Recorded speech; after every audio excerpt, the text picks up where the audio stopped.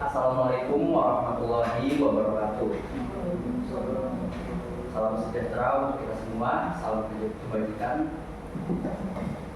Pertama-tama izinkan kami untuk membuka sidang presentasi Prakrin. Yang pertama-tama marilah kita sampaikan rahmat dan marilah kita ucap puji serta syukur kehadiran Allah Subhanahu wa taala karena atas rahmat dan juga hidayahnya kami semua dapat melaksanakan sidang presentasi Prakrin pada siang hari ini. Yang kami hormati Bapak serta Ibu Penguji, Ibu Suci Eka Mariani dan juga Bapak Faiz Abdul Hadi. Lalu juga kami ingin mengucapkan terima kasih banyak kepada Ibu Kepala Sekolah dan juga Bapak Kepala Program Kalian yaitu Bapak Rama Chandra dan juga Ibu Yuni Rahayu. Dan juga kami ingin mengucapkan terima kasih sebesar-besarnya kepada pembimbing kami, Bapak Yusuf Priyadi. Sebelum kami memulai presentasi Prakrin kami pada hari ini, izinkan kami untuk memperkenalkan diri kami terlebih dahulu.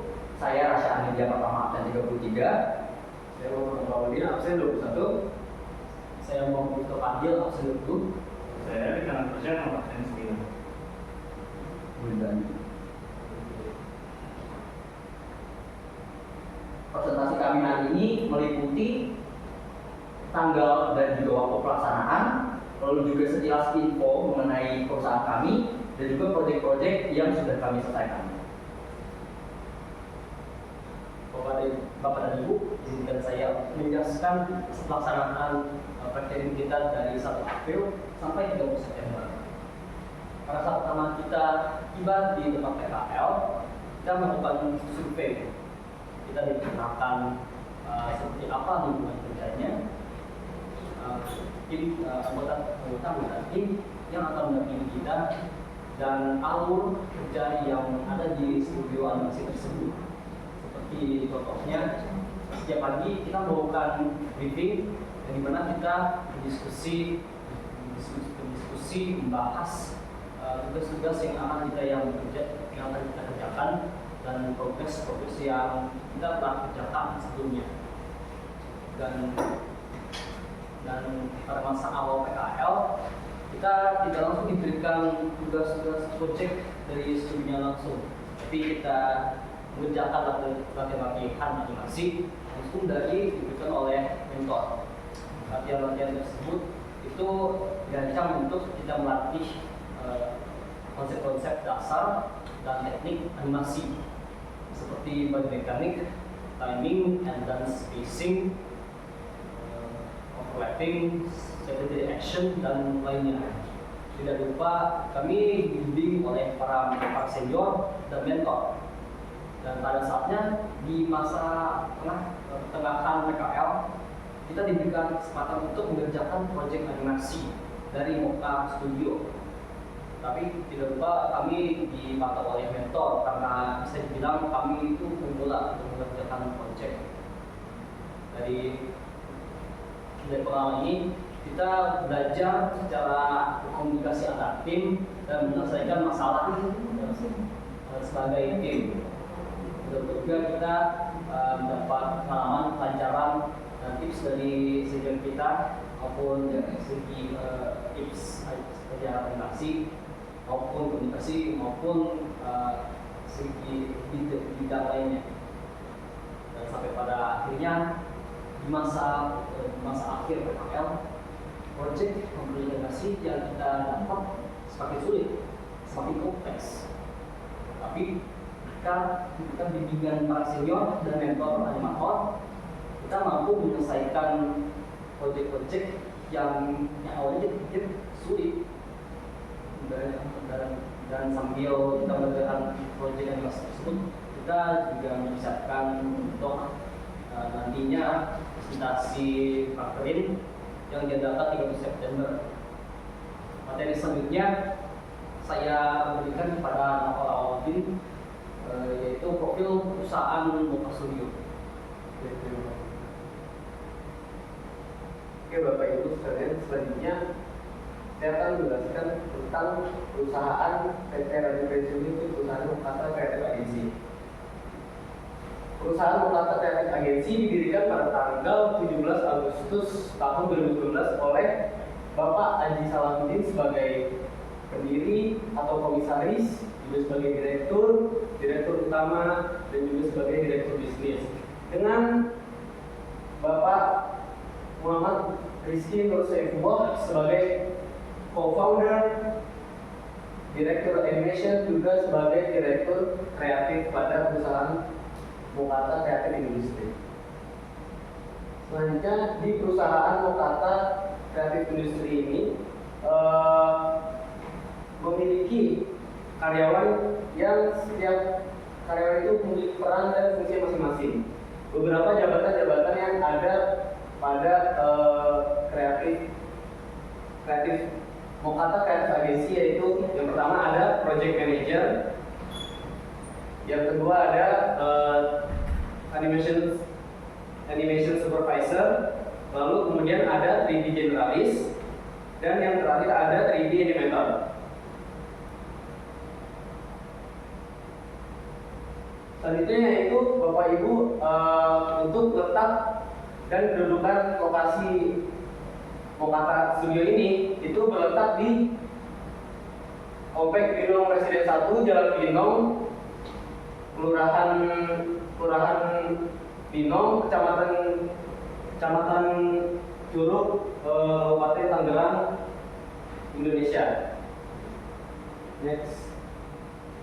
Oke, Bapak dan Ibu, berikut adalah beberapa pelayanan jasa yang diberikan oleh perusahaan Mokata Creative Agency. Yang pertama itu adalah virtual reality atau VR.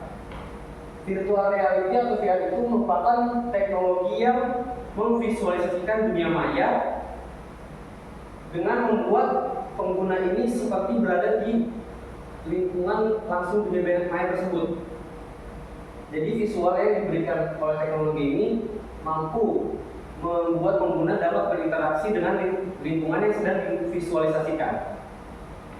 Kemudian ada augmented reality atau AR.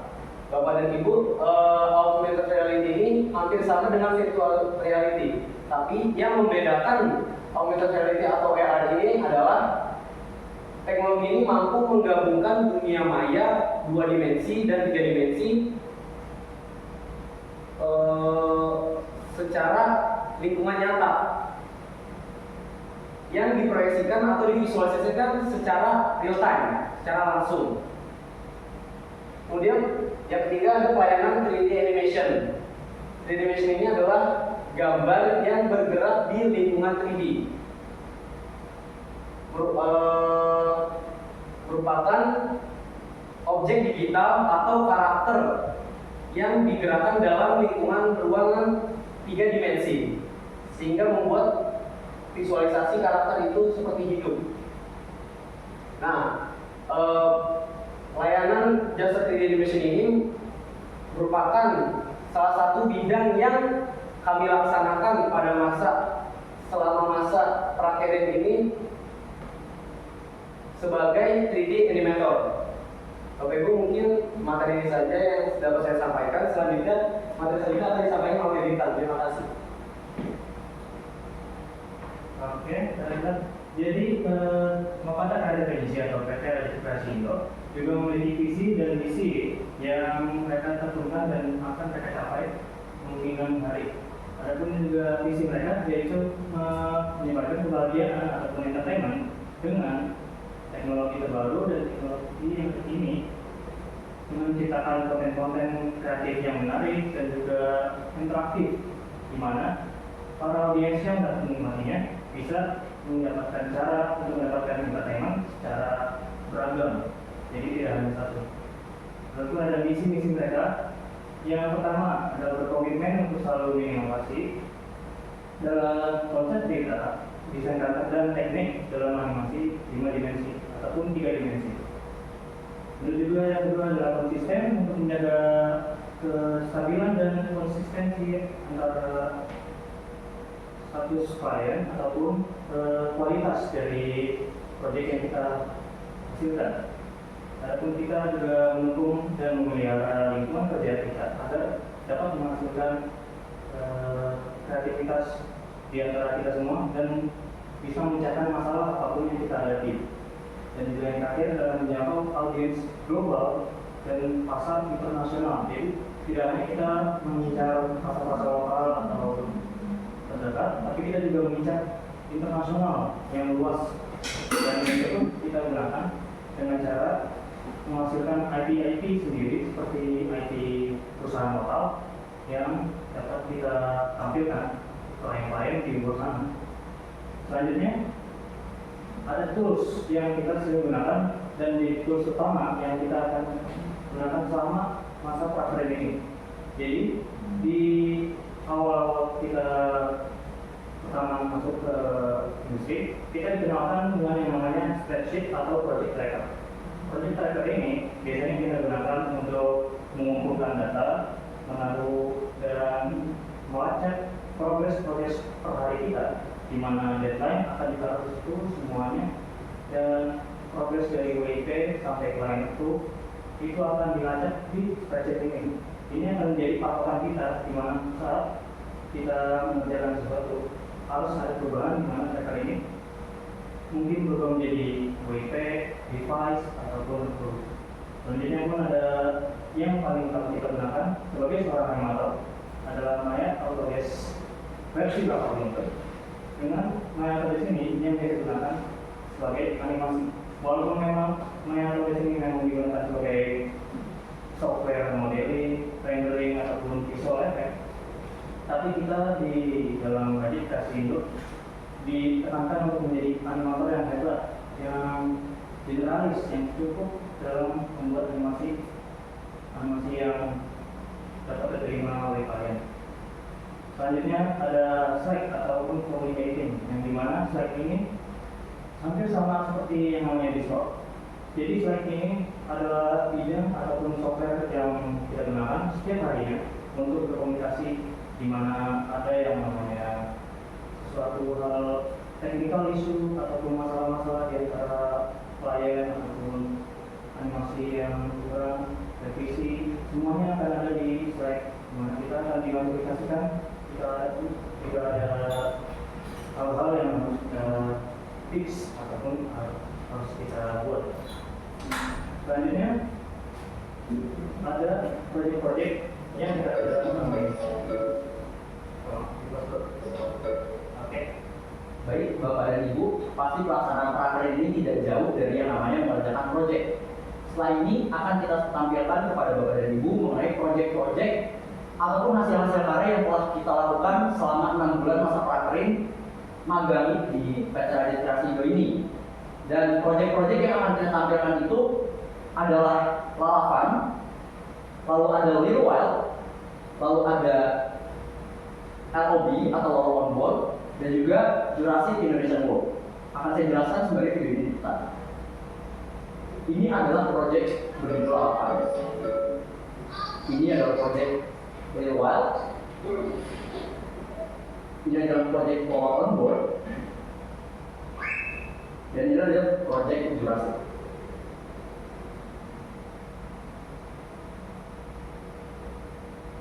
Setiap shot yang ditampilkan dengan nama-namanya dikerjakan oleh orang yang namanya dicantumkan di video ini. Ini adalah proyek Lewat, ini LOB atau Law on Board, ini proyek Lalapan.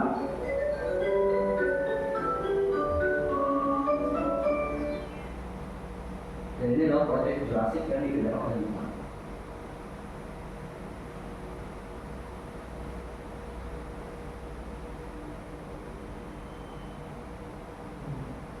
Lalu selanjutnya ada dari proyeknya Nopal, ini proyek Lalapan.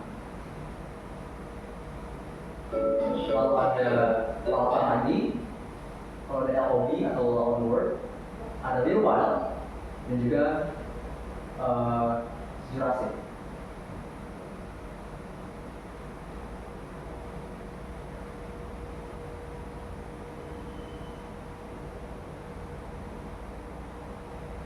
Lalu yang terakhir ada proyeknya Muhammad Miftah Fadil, ini adalah on board.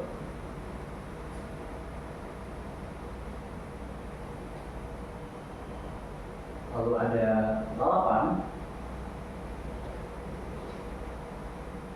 lalu ada wheel wild,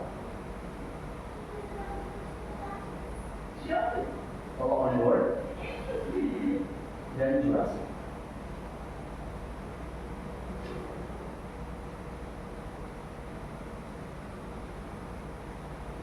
Berikut adalah proyek-proyek 3D animasi yang sudah kami kerjakan di 6 bulan masa pratrain kami. Dan selanjutnya bisa lanjut. Dan terima kasih. Berikut adalah presentasi pemaparan hasil dari kerja kami di pratrain. Kami tutup. Wabillahi taufiq wal hidayah. Assalamualaikum warahmatullahi wabarakatuh. Waalaikumsalam.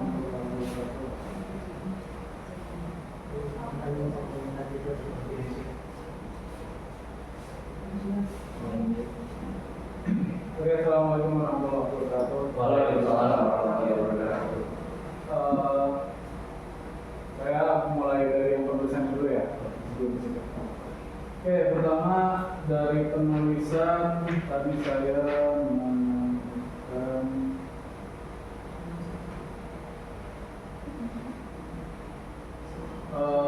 di bagian perusahaan, di bagian identitas perusahaan. Di sini kan ada kedudukan dan letak lokasi perusahaan. Nah, ini direvisi sedikit mungkin di bagian gambar, karena nggak tahu apakah gambar ini terkait sama dunia gitu. Coba deh dites buka Chrome atau browser. Di sini kan kalian nge-share-nya benar sih ada lokasi Moka Studionya, cuma di sini kalian tracking dari SMK 41 kan. Nah, maksudnya yang di-share adalah cukup lokasi industrinya aja. Jadi kalau kalian buka di Google Maps tuh ketik langsung lokasi industrinya. Nah, di situ kan nanti ada gambar industrinya, terus ada alamat lengkap, ada nomor telepon kayak gitu. Jadi di screenshot di bagian sini aja, bukan tracking dari lokasi sekolah ke industri itu. Nanti aja loh. Nah, dari Maps. Dari quote-nya ya.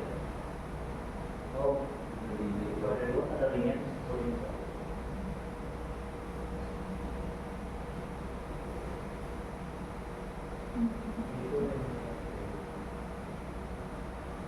Oke, maksudnya.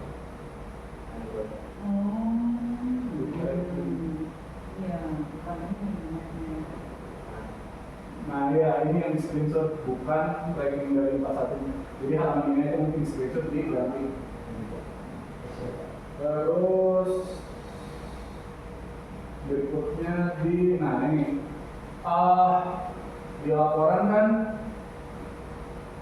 di laporan itu di sistematika penulisan di bagian lampiran itu kan ada lampiran jurnal kegiatan, ini ada jurnal kegiatan. Terus ada lampiran dokumentasi kegiatan, kalian lagi mengerjakan atau kalian lagi beraktivitas di industri, itu juga ada.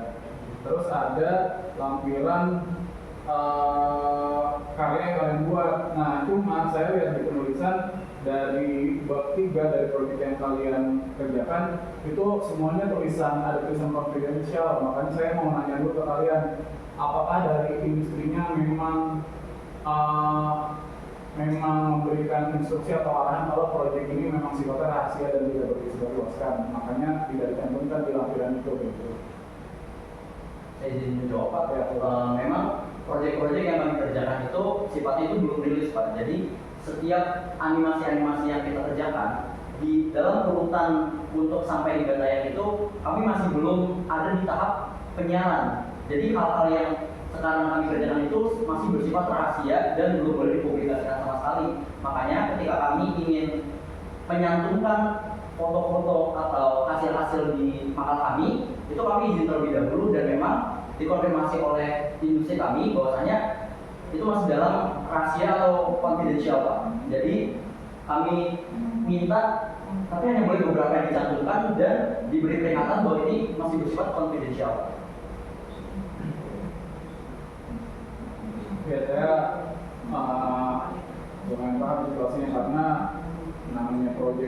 launching nggak mungkin bocor sama sekali kan, apalagi visualnya digantungin gitu. Tapi di sini juga mewakili di bagian yang kalian membuat progres. Terus di bagian jurnal kegiatan, nah di sini di halaman terakhir belum ada tanda tangan pemimpinnya. Dari kemarin memang saya izin untuk kalau yang dari kemarin itu kita dapat instruksi dari perusahaan atau dari company-nya itu udah boleh mesti tanda tangan atau tanda tangan dari pemimpinnya. Kalau memang katanya itu sidang sudah berlalu, jadi kita sekalian karena ada kekurangan juga di sebenarnya yang dimana sertifikat atau kayak keterangan surat kita atau PPL itu masih belum dikasih. Kita dapat instruksi kalau misal hari Jumat kita akan kesana lagi baru kita boleh tanda tangan. Kalau di mobilnya Iya, berarti sekalian revisi itu sertifikat sama tanda tangan di jurnal ya, betul Pak. Terus biasanya penulisan itu, terus kita pindah ke presentasinya sama proyek yang paling kerjain. Berarti ya jadi proyek yang kalian kerjakan tuh sifatnya memang benar-benar untuk series dari video yang akan ditayangkan ya, animasi yang akan ditayangkan, jadi benar-benar konfidensial gitu, nggak buat ya rahasia ya sebelum tayang di channel YouTube-nya atau channel televisi yang di kontraknya kayak gitu. Terus pembuatannya full menggunakan layar, Betul. berarti sesuai ya sama yang kalian pelajari di kelas industri ya. Betul.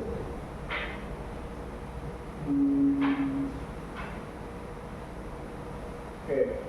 Jadi setiap personal dari kalian itu job desk-nya adalah bukan membagi-bagi tugas ya, tapi setiap personal dari kalian kebagian untuk nyobain bikin 4 series yang berbeda ya. Antara itu. Nah terus 4-4-nya itu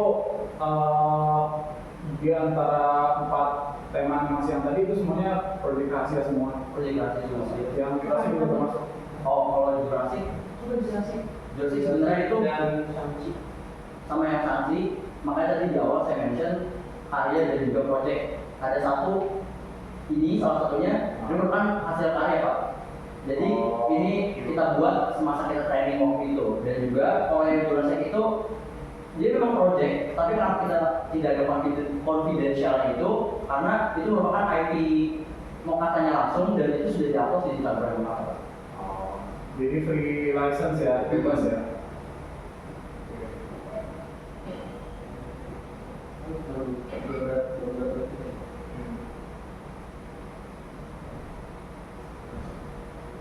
Untuk fasilitasnya berarti kalian belum menggunakan PC di sana ya? Betul, betul Pak.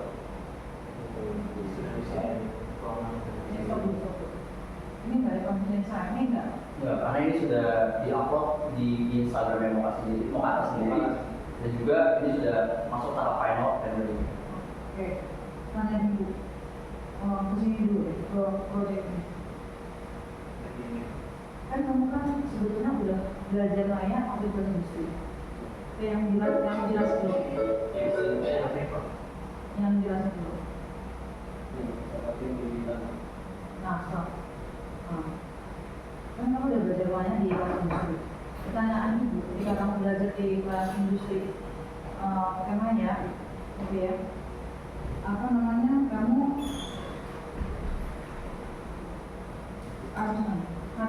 setelah itu kan kamu ke JBL, kamu belajar sama kenal fitur-fitur Maya, kamu ke JBL, ke Rajit. Walaupun sebelum ke Rajit, udah pindah sini. Apa langsung ke Rajit? Langsung ke Rajit. Tapi seleksi ya. Tadinya ada yang perempuan, sekarang tenaga aja. Nah, sekarang pertanyaan ibu,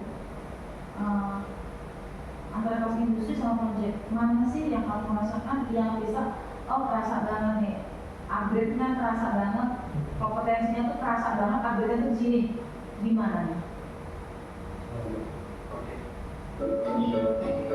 Mungkin dari kami semua, Nah, satu-satu dulu dari kita. Jadi pilihan antara kelas industri atau proyek. Pembelajaran di kelas industri sama pembelajaran di proyek PJBL, mana yang lebih merasa kamu tuh upgrade kompetensimu? Menurut saya sih, PJBL atau proyek menjadi latihan yang sangat improve dari hal-hal segi kayak software, animasi, understanding of animation, semua hal itu semuanya jadi lebih jelas di proyek PJBL. Kenapa? Karena di proyek PJBL kita benar-benar masuk ke dalamnya gitu. Dan kita juga ada yang namanya bimbingan langsung dari seniornya. Seniornya pun juga langsung ngasih tahu kita apa gitu, kita tinggal nanya, tinggal berbicara apa yang sudah kita tidak ngerti, langsung mereka jelaskan. Semuanya itu jelas karena yang langsung ada contohnya dan ada praktik langsung yang kita lakukan. Di mana kalau kelas industri kan hanya mengerjakan proyek yang sebenarnya kita dikasih tugas dan kita kadang harus mencari materinya sendiri karena kita bingung mengenai siapa. Pendampingan yang berarti maksudnya. Iya. Jadi pendampingannya lebih intensif di proyek menurut kita. Sekarang belum aja. Oke, Tasya? Kurang lebih jawaban saya tidak jauh beda sama Bintang. Saya lebih merasa PJBL itu lebih membangun dan membentuk skill animasi saya karena di sana kita sudah jelas banget, kayak kita sudah dikasih deadline yang kalau kita nggak ngerjain itu kayak kita serasa kita bakal ngedownin perusahaan gitu. Jadi kita merasa kita memiliki tanggung jawab besar di situ. Dan juga betul kata Bintang tadi ada mentoring. Jadi ketika kita PJBL, ketika kita di kelas industri itu kan maksudnya kita hanya belajar seminggu sekali dan juga sisanya itu kita cari terus sendiri. Sementara ketika kita PJBL dan langsung di industri itu kita langsung berhadapan dengan orang-orang yang sudah master dan kita bisa langsung bertanya dan diajarkan saat itu juga tanpa perlu mencari di internet dan membuang banyak waktu. Terus juga yang paling membangun itu karena lingkungannya juga, kondisinya juga itu maksa kita untuk terus grow gitu.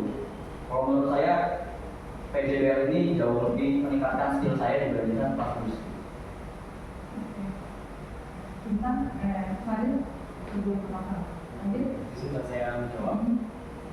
Jawaban saya tidak jauh dari kedua teman saya, di mana yang karakterin atau PJBL itu yang paling membuat saya improve untuk skill maupun animasi, di mana dalam situasi lingkungan tersebut, di mana ada deadline, jadi secara insting saya harus menyelesaikan ini dengan cepat, tapi dengan efisien. Makanya saya maka dari itu saya minta bantuan dari senior yang udah dekat dan juga berjalan hubungan pertemanan. Juga saya merasa saya memiliki responsibility tanggung jawab untuk menyelesaikan proyek ini karena saya rasa seperti kayak menurut saya depends on it, gantung sama ini.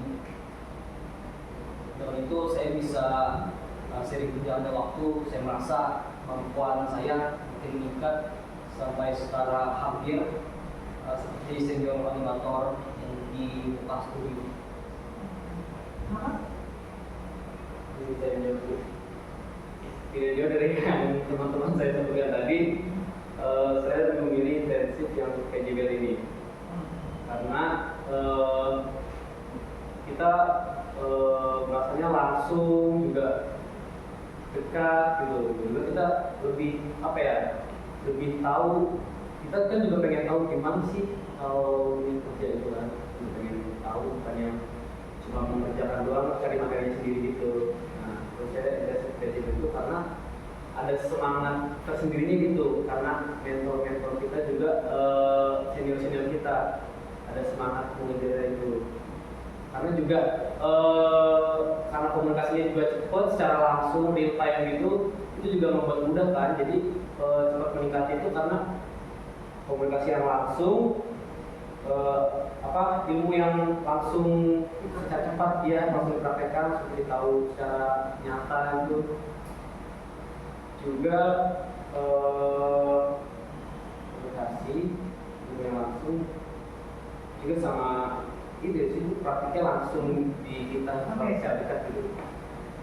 After before, sebelum ikutan ke JBL lanjut sama PKN, kamu merasa potensi kamu after before dari berapa nih? Dari berapa? Kita?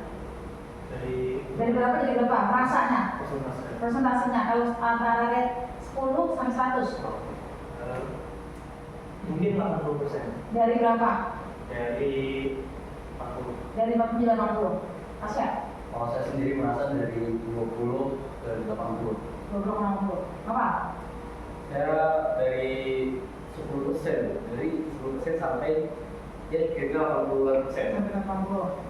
Jadi kalau dalam standpoint dunia industri animasi, saya rasa saya dari 10% jadi 50%, karena standpointnya kalau standpointnya di dunia industri Bukan industri yang sekarang, rasa sekarang.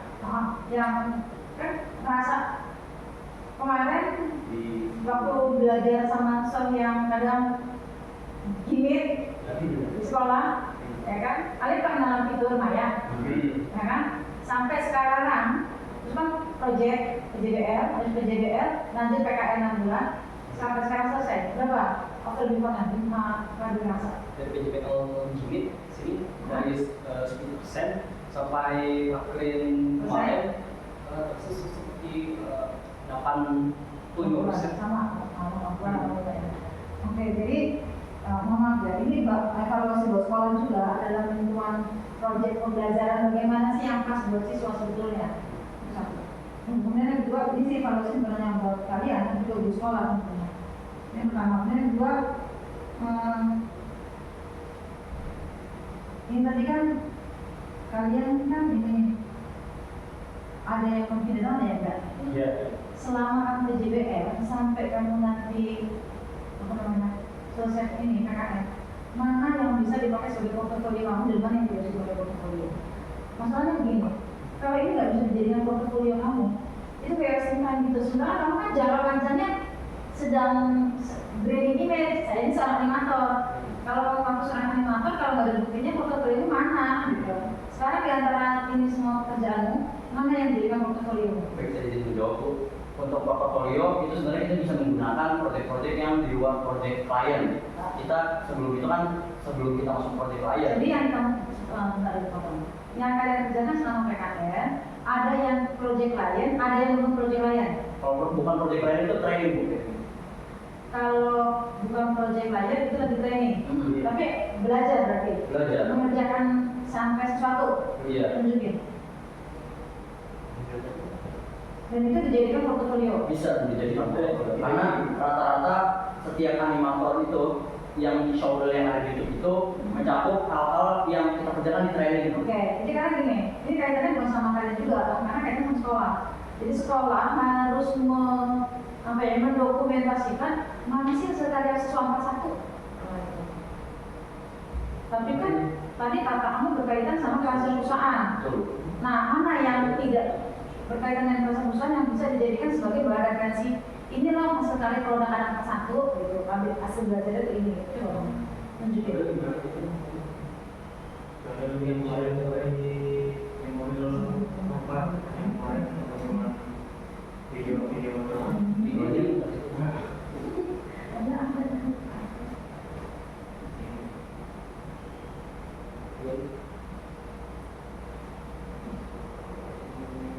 Menurut saya nanya ya, berarti kan ada waktu untuk training, ada waktu untuk ngerjain proyek lain kan? Betul. Nah, dari 5 hari kalian, 1 minggu kan libur kan? Bisa pulang berarti? Bisa. Nah, dari 5 hari kalian masuk, penjadwalan itu kayak gimana? Berapa hari atau di 1 hari itu ada pembagian bulan? Cabulan kan? Ada waktu antara buat training sama buat Masuk ke rajit tanggal berapa? Mulai bulan apa masuk ke rajit? Masuk perajin itu yang awal-awal Awal pertama banget. kali banget itu bulan Oktober tahun lalu. Oktober tahun lalu. Itu di Cilandak. Nah, oleh Oktober tahun lalu lagi trainingnya tuh sampai mulai Oktober berarti. Mhm. Nah itu Oktober sampai kapan training? Oktober itu sebenarnya kita training bukan hanya pas kita kan di Rajit ini terbagi tiga tempat ya Bu. Yang pertama itu di Cilandak, lalu di Tarok, dan juga di Sarang di Karawaci. Oh. Nah trainingnya kita itu sebenarnya karena belum terlalu intens, kita itu training di masa Cilandak, di Tarok, dan juga awal-awal di Karawaci. Itu dari bulan apa ke bulan apa? Oktober training itu kita dari Oktober, dan kita selesai training itu ketika awal-awal kita masuk ke PKL itu sekitar awal-awal dan pertengahan April. Berarti setelah itu intens buat ngerjain proyek. Betul Pak. Jadi animation di memori. Oh ini. Oke, ini Cilandak ya. Iya. Nah, Oh, ini iya. Ini Cilandak. Ini web training. Tuh. Itu web training. Jadi mau retail kan sama iya desainnya waktu itu dia buat sama ini ya sama Aurel. Akina, Cilandak bareng. Nah, semua kita udah masuk ke Bino, ada yang ambil Akina aja. Untuk apa nggak bisa Bino. Gitu. Nah, soalnya ya yang tadi latihan bola itu sama kayak Aurel. Jadi itu semua dijadikan portofolio mereka kan.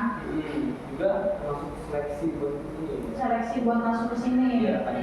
Oh, oke. Iya juga. Oh, nah, oke.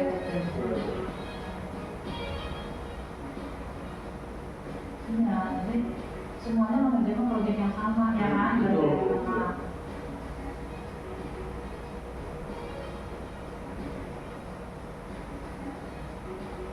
Kamu belajarnya semuanya berarti di mana ya? Betul. Maya terus Sambil ini, udah pernah pakai isi PK? Belum. Nah, kemarin sempat tanya ke Pak Taufik, misalnya bakteri nomor 1 ya di sebulan itu bisa WFO nggak dari PFA? Untuk ngerjain proyek Industri ini? Iya tapi PFA. Bisa, tinggal ini ada lagi tinggal industri komunikasi sekolah. Dia apa? Siapa Rajit? Langsung dia. Rajit. Soalnya kemarin sudah ada PLA. Kan yang kemarin bilang sama Mas Haji ya, bahwa Mas Haji kita tuh punya fasilitas di sekolah, tapi biasanya cuma Selasa sampai Kamis. Tapi kan Mas Haji bilang terbentuk sama kelas perusahaan, karena hari Jumat mereka itu pakai industri lain. Khawatirnya buka, itu sampai yang aku bilang Mas Haji.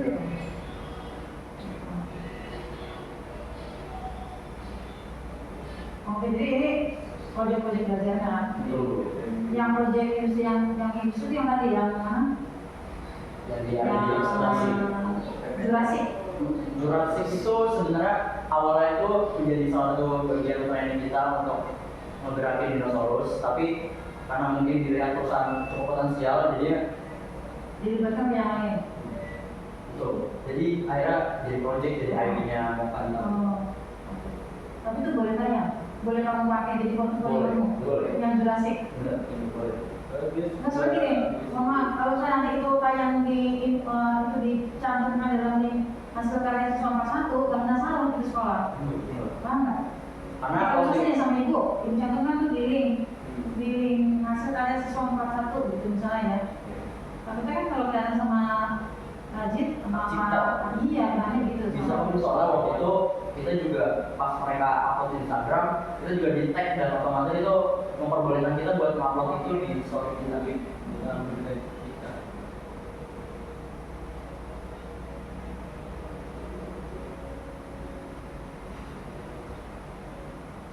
Tapi sejauh kalian dari mulai PJBL awal training sampai PKL sampai konsistensi proyek terus itu kan lanjut nih Maya dan kalian udah familiar sama Maya di kelas industri waktu masih di sekolah kan. Nah pas ke PJBL sama PKL itu nggak mulai dari modeling lagi ya? Enggak, Langsung ini sama enggak langsung animasi Pak. Langsung animasi. Karena kita emang betul-betul pure 3D animasi. Jadi asetnya udah disiapin. Asetnya sudah disiapin. Dan rata-rata yang training itu asalnya kita menggunakan aset-aset dari Google yang disediakan gratis gitu buat kayak karakter-karakter yang bisa kita download dan kita animasikan di gambar tanaman sebelum ya. Itu ada gratis di bisa Iya, dibilang. tanaman bumbu. Di sebelumnya misalnya sih rezeki. Oh, iya. Apa Firki itu juga suka pakai aset, tapi dia namanya blender, bukan maya, tapi dia suka pakai aset dari Vivik yang garisan itu. Dia kan pakai maya, bagusannya. Cuman Di apa pernah ditanya itu sama tadi ya pas pada saat angka di situ. Tadi tapi itu bukan benar. tapi udah kerja sekarang sih. Oke. Tadi ibu mau tanya, mana yang paling sulit di antara tadi kan ada yang masih rahasia perusahaan, ada yang kaya, di antara 4 proyek industri lain, mana yang paling sulit? Izin menjawab. Jadi tingkat kesulitan dari proyek itu sebenarnya bisa berawal dari faktor yang lain. Jadi nggak cuma kayak style ataupun kayak deadline-nya, tapi juga bisa dari teknikalnya. Jadi misal ada yang namanya kita dapat proyek, ada juga yang kita dapat aset yang dari sama ataupun karakter yang dari si editing. Kadang-kadang saat kita dapat proyek itu ada yang namanya technical issues atau kayak permasalahan di mana asetnya itu nggak menghubungi sama yang kita inginkan. Misal pergerakannya yang diinginkan itu agak dinamis atau kayak ekstrim, padahal aset yang dikasih kita itu kaku banget, jadi kayak benar-benar digerakin itu kayak Susah. Dan industri kliennya biasanya itu permintaan yang diminta klien kadang melebihi apa yang bisa kita capai. Itu pun nggak ada technical issue yang bisa jadi dari asetnya, softwarenya, ataupun dari hal itu. Gak support pak? Nggak support. Dan juga Ada deadline yang mepet,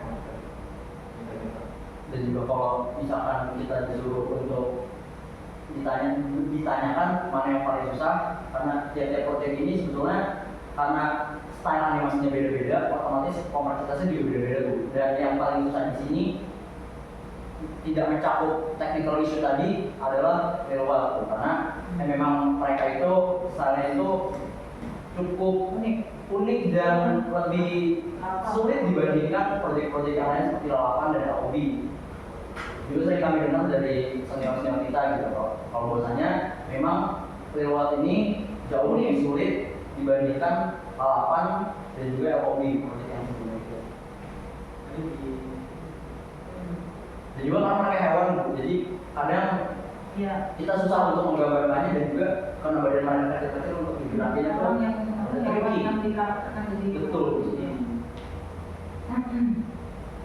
rahasia bintang kadir sama apa di selama JBL dan PKM kan berarti udah lama banget. Yang enak, yang merasa manfaat dan tahu skill profesional dan kalian semua katanya after dibuat rasa sekali itu manfaatnya. Yang faktor yang nggak enak, yang tidak menyenangkan, yang menghambat nggak mau lagi kan nah dari ini deh Adil yang nggak mau lagi Adil Pastinya masalah aset karakter ya, itu maupun aset atau lingkungan tempat ke keahlian animasi ini.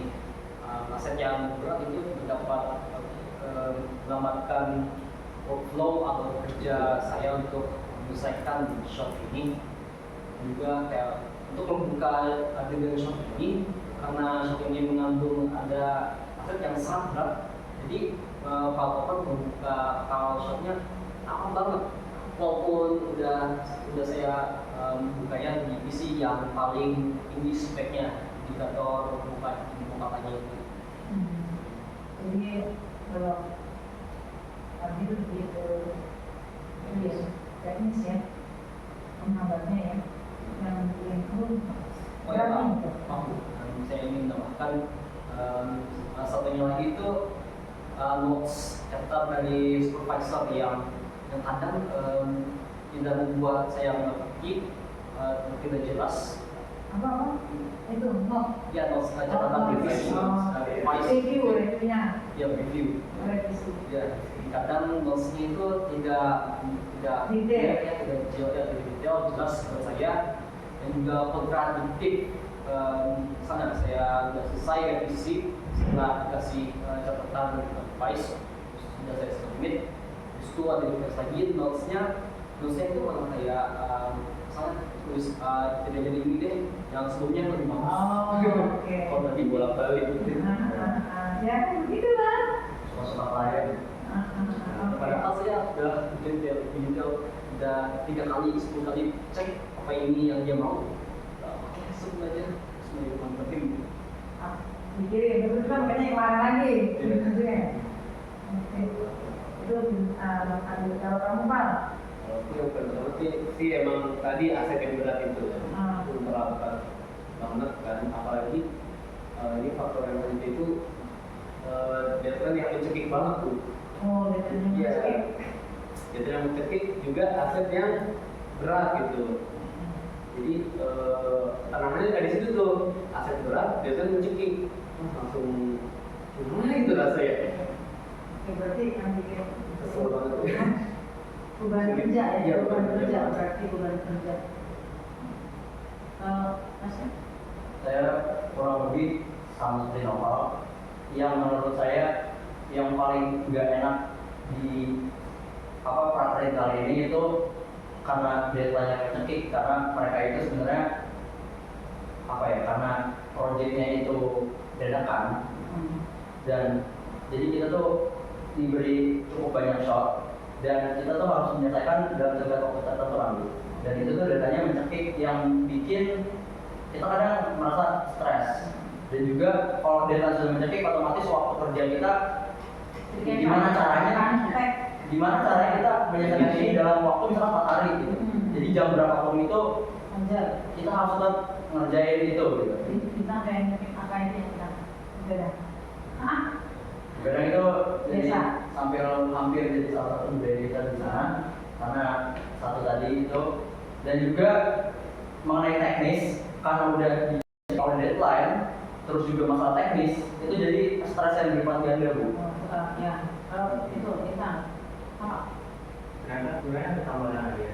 Mungkin ini bukan sama dari industri atau dari company, yang mungkin dari diri sendiri. Jadi karena setiap orang punya kebiasaan yang beda-beda ya. Orang yang satu pengen kerjain dengan efisien tapi manage waktunya juga tepat gitu. Ada yang orang yang punya tekanan yang lebih tinggi, dengan responsibility atau tanggung jawab juga yang lebih tinggi. Terkadang melakukan atau mengerjakan suatu proyek itu melampaui batas.